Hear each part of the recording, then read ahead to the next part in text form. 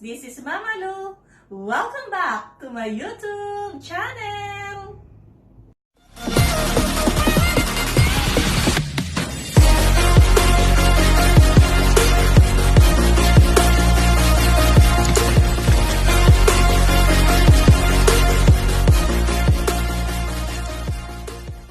This is our last lesson about factoring. Diba, last time ang lesson natin ay perfect square trinomial. Pero hindi po lahat ng trinomials ay perfect square trinomial. So let's now talk about factors of quadratic trinomial. A quadratic trinomial is a second-degree polynomial with 3 terms. No? It is a second-degree polynomial with 3 terms. So this one is the form of quadratic trinomial. Ax squared plus bx plus c. Okay, so let's say for example, we are given this trinomial. 3x squared minus 2x plus 5. Okay, now ano pa itong a, b at saka c? In this given trinomial, ang a natin ay 3, ang b natin ay negative 2, at ang c ay 5. Okay, so ayun po yung a, yan po yung mga integers, yan po yung mga coefficients, no? So ax squared, ang coefficient niya ay 3, so yun yung a. So for bx, it's negative 2. And our c is 5. Okay, now, for quadratic trinomials, we have 2 cases, no? Well, yung case 1 is a trinomial wherein a is equal to 1, no? So, yung unang case, a quadratic trinomial wherein a is equal to 1. Now, yung second case naman is a trinomial wherein a is greater than 1. Okay? So, dalawang cases, again, where a is equal to 1 and where a is greater than 1. Okay, guys, so let's talk about the first case, wherein a is equal to 1.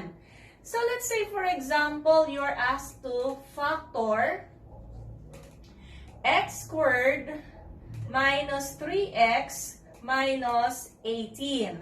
Okay, so this is a quadratic trinomial because this is a second-degree polynomial consisting of 3 terms. Okay, now, tignan muna natin, meron bang common factor dun sa given trinomial? Okay, walang common factor. Now, this trinomial is in the form of ax squared plus bx plus c. Ano ang a natin dito sa ating trinomial? So here, ang a natin ay 1. So this falls under the first case, no? Where a is equal to 1. Okay, now, so let's give the factors of this trinomial. Gumawa ka lang ng dalawang parentheses. Okay? Your first term is x squared and the coefficient is 1. So, pag x squared, ano ba yung factors ng x squared? Di ba? X times x is x squared. So, you simply put x here and the other x doon. Okay? Now, let's look at the last term. The last term is negative 18. Okay, let's think about the factors of negative 18. Ano ba yung dalawang numbers na pag pinag-multiply natin ay equal sa negative 18? Okay, let's try 3 times negative 6. 3 times negative 6 is negative 18. Okay, it can also be negative 3 times positive 6. It can be 2 times negative 9. It can be negative 2 times 9. Okay, what else? Pwede siyang 1 times negative 18. And it can also be negative 1 times positive 18. Okay, these are the factors of negative 18, your last term. Okay? Now, you are going to look at the factors which when you add will be equal to the coefficient of the middle term. Alin sa mga factors ng negative 18 na kapag pinag-plus mo will be equal to negative 3. Let's try to get the sum of the given factors here. 3 plus negative 6 will be negative 3. Uy, sakto, no? Negative 3 plus 6 is positive 3. 2 plus negative 9 is negative 7. Negative 2 plus 9 is 7. 1 plus negative 18 is negative 17. Negative 1 plus 18 is positive 17. So, what are the two factors of negative 18 which when you add is equal to negative 3, the coefficient of the middle term? So, it is positive 3 and negative 6. So, therefore, ang factors niyan ng x squared minus 3x minus 18 ay x plus 3 and x minus 6. Okay, guys, these are the factors of number 1. Okay, so it's easy. Another example, you're going to factor, okay, x squared plus 15xy minus 16y squared. So, ang focus lang natin muna dito yung the coefficient of the first term, which is a, which is equal to 1. No? A is equal to 1. So, therefore, it falls under the first case. And the factors of your last term. The coefficient of your last term is negative 16. Okay? So, let's factor. Since 1 is the coefficient, so just write x here and the other x there. Okay? Now, the last term is negative 16y squared. What are the factors of negative 16y squared? So, pwede nating sabihin na negative 4y times positive 4y. So, that is negative 16y squared. Another one, pwede siyang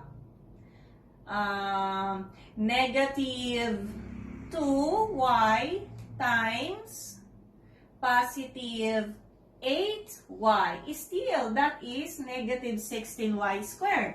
O kaya, 2y times negative 8y. Okay. So, pwede rin siyang negative 16y times positive y. Or positive 16y times negative y. Okay? Now, the coefficient of the middle term is 15. Okay? So, you're going to look at the factors which when you add is equal to positive 15. So, alin kaya dito? Mag-umpisa nga tayo dito sa ilalim. 16y plus negative y. Hindi ba ang sagot natin dyan ay positive 15y? So, the coefficient of the middle term is positive 15. So, therefore, the factors are x plus 16y, x minus y. So, these are the factors of the second example. Okay, so let's answer number 3. Factor 3x squared plus 5x plus 2. Okay, so what's the difference of this trinomial, quadratic trinomial, dun sa numbers 1 and 2? Okay, nagkakaiba sila sa A, no? Because here, your A is 3. It's not equal to 1, but it is greater than 1. Okay, now, pagka magfa-factor ka ng ganyang trinomial, okay, tingnan muna natin, may common factor ba? Okay, walang common factor. So, let's factor the trinomial, the given trinomial. Okay? Hindi magiging kasindali nung first case wherein A is equal to 1 because this is A is greater than 1. Kanina, ang tinitignan lang natin na factors, nagta-trial and error tayo ng last term, no? Ngayon, yung dalawang terms. So, the first term, we have 3x squared. Ano factors ng 3x squared? So, pwede siyang 3x times x. Okay? Or it can be x times 3x. Okay? So, if we try the first factor, 3x and then x here. Okay? Now, the last term is 2. What are the factors of 2? Positive 2, no? So, 2 times 1. Okay? Wala nang iba. It's only 2 times 1 or 1 times 2. Okay, let's say we use 2, positive 2 and positive 1. So, 3x plus 2, then x plus 1. Okay, we have to check whether our answer is correct. Okay? So, we have to multiply the second term and the first term in the second factor. Diba? We have the FOIL method. Kasi, pag minultiply natin yung outer, the inner terms, no? Inner terms. 2 times x, that is 2x. And the outer terms, we have 3x times 1, that is 3x. Pag pinag-plus natin yung product ng outer at saka inner terms, it should be equal to the middle term. Okay? So let us add. What is 2x plus 3x? That is 5x. If that is correct, then, the same with the middle term, your factors are correct. But still, that is a trial and error process.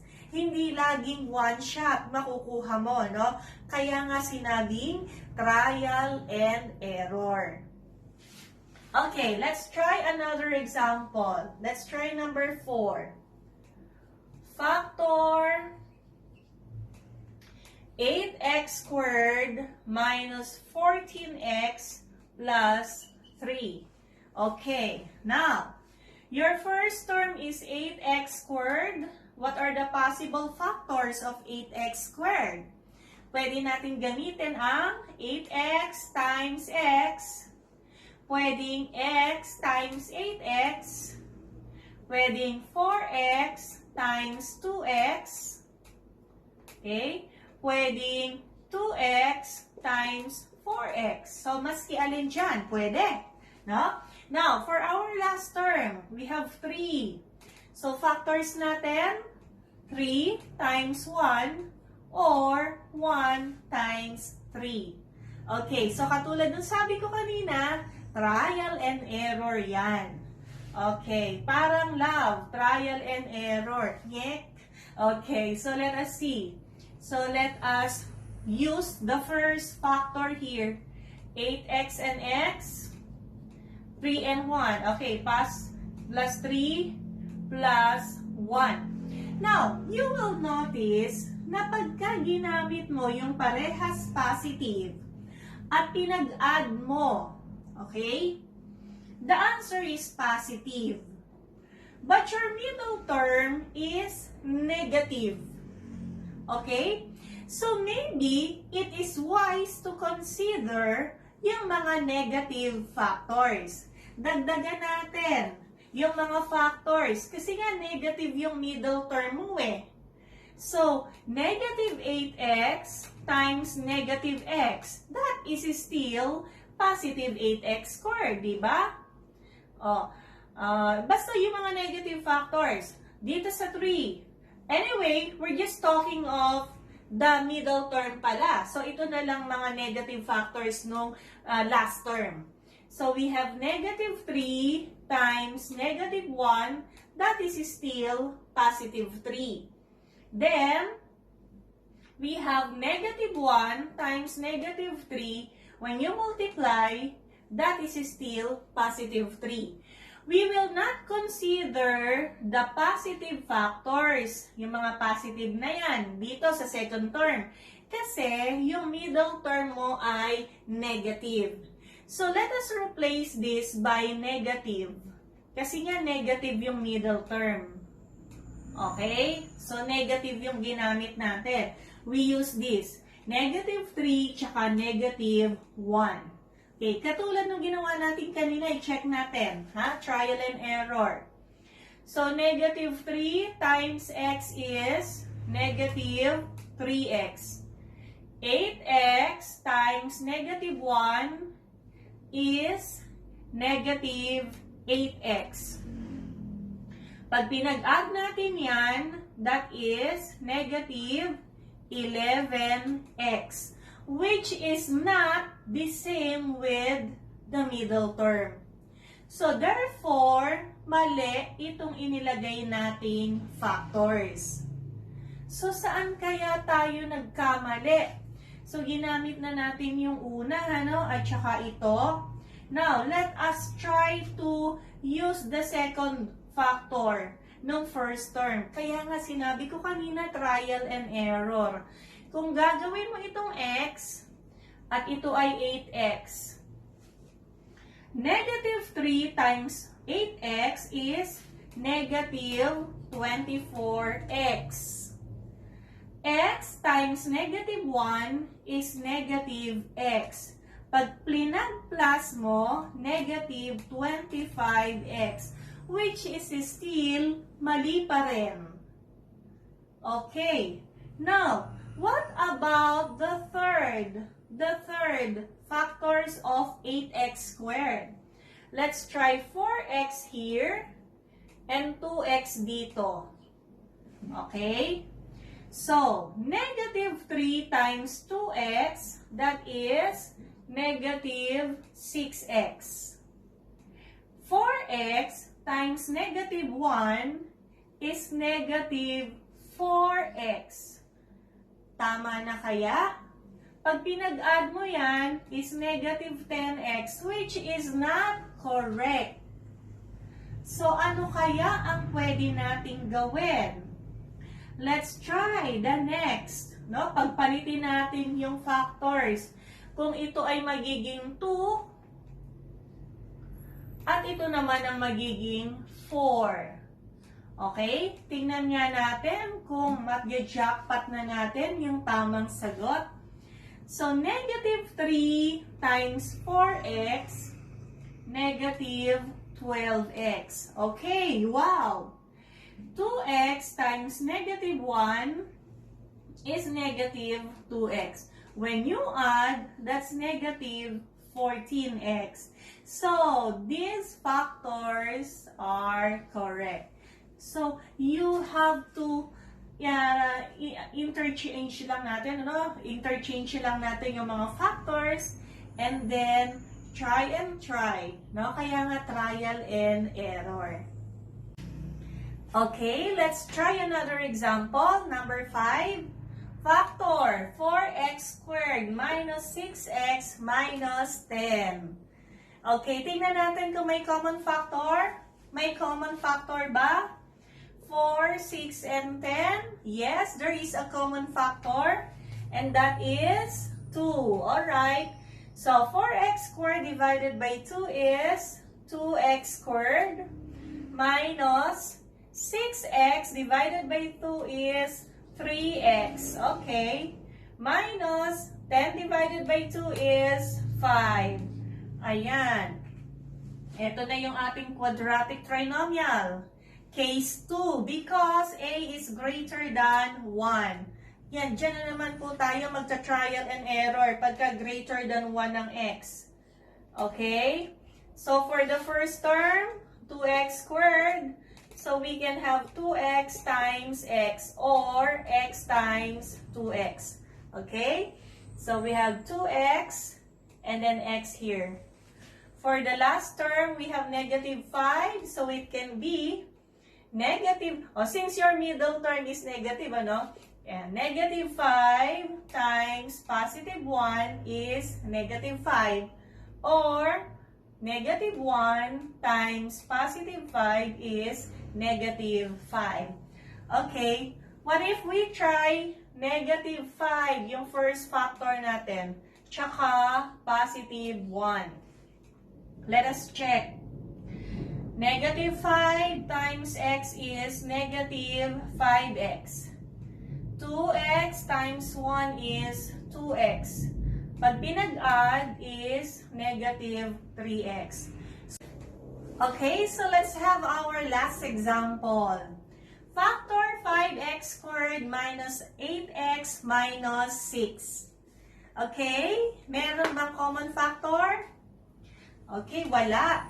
So, mag-try na tayo ngayon ng factors natin for the first term, 5x squared. Anong factors ng 5x squared? So, we have x, 5x times x, or x times 5x. Okay, what about for negative 6? We can have negative 3 times positive 2, negative 2 times positive 3, negative 6 times 1, and negative 1 times 6. Okay, so, tignan natin kung alin ba ang factors na dapat nating gamitin. Okay, so let's try the first two. We have here 5x and x.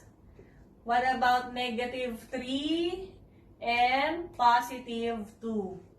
We are going to check whether the product of the inner and outer terms are is equal to the middle term. Okay, negative 3 times x is negative 3x.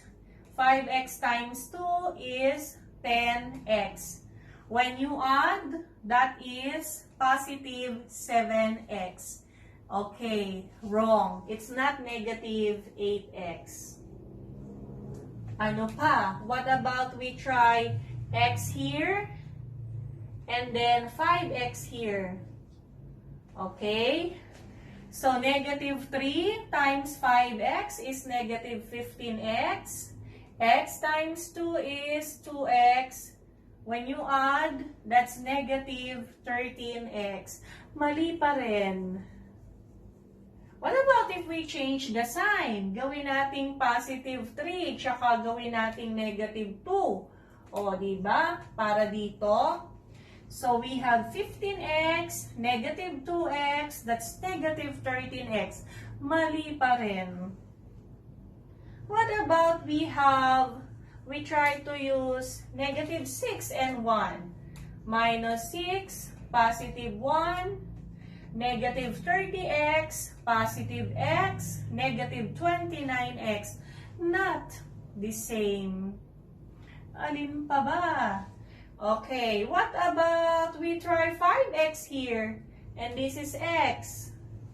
So we have negative 6 times x.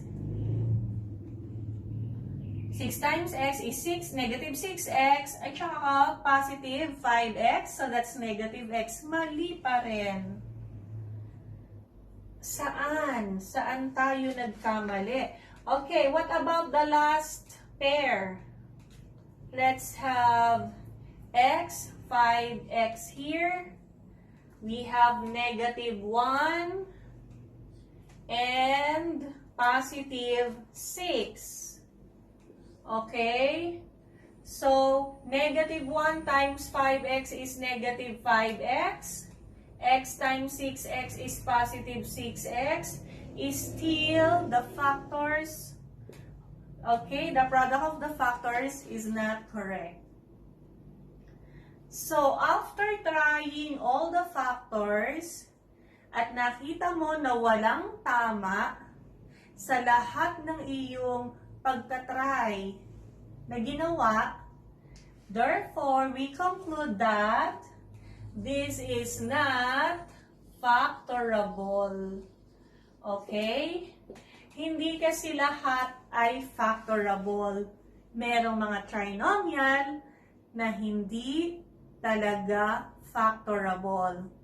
Ilang beses mo mang sinubukan na itama ang inyong relasyon, hindi pa rin nagiging successful. So you are not meant for each other. Pero meron bang paraan para malaman natin na tama yung isinagot natin na not factorable? Yes, there is a way to check, no? Test for factorability ang tawag doon. Test for factorability. Okay. Ano yung test for factorability? Okay? You are going to get the discriminant, no, of the quadratic equation, no, or the discriminant. You are going to get the discriminant of the trinomial. Okay? Paano yung discriminant, or which is denoted by b?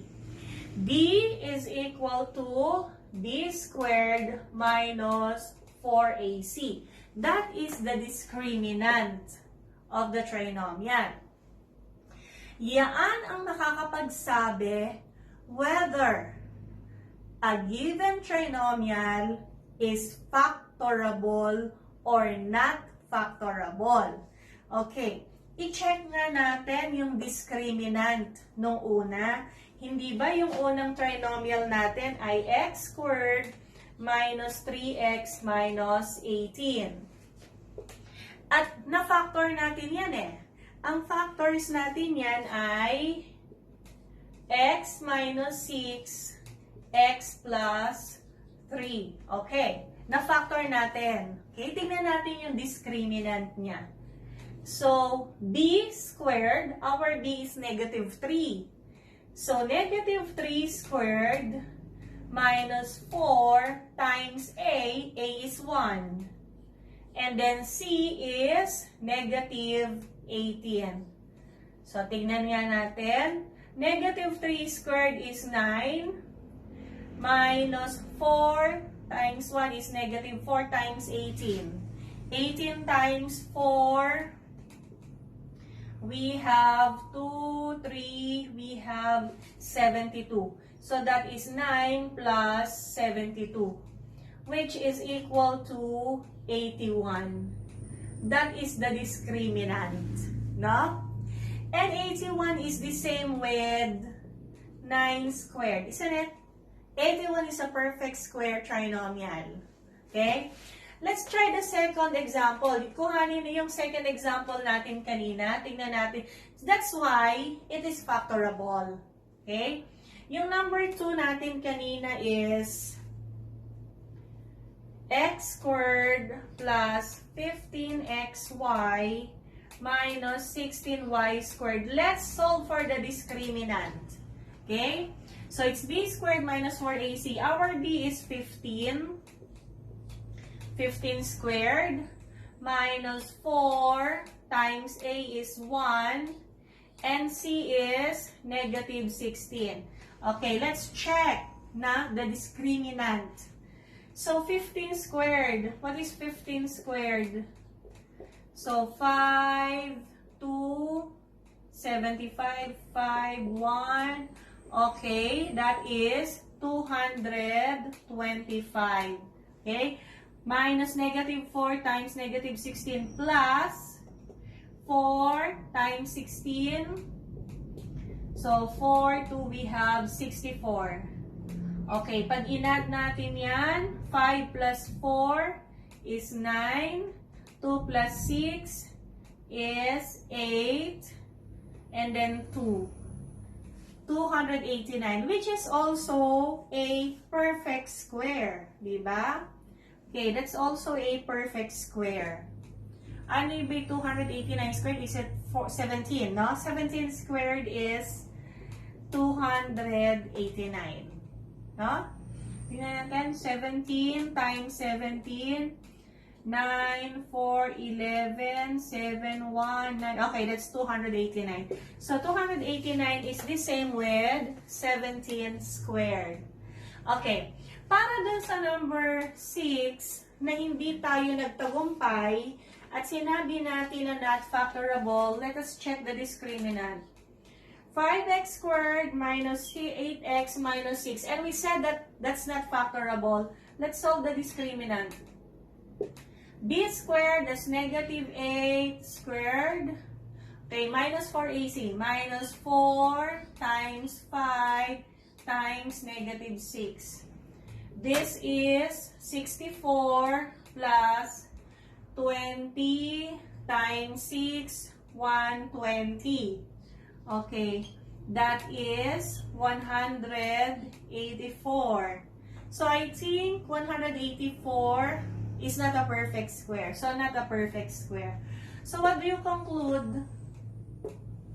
So the discriminant is 81 and that's equal to 9 squared. The discriminant is 289 and that's equivalent to 17 squared. The discriminant is 184 and that's not a perfect square.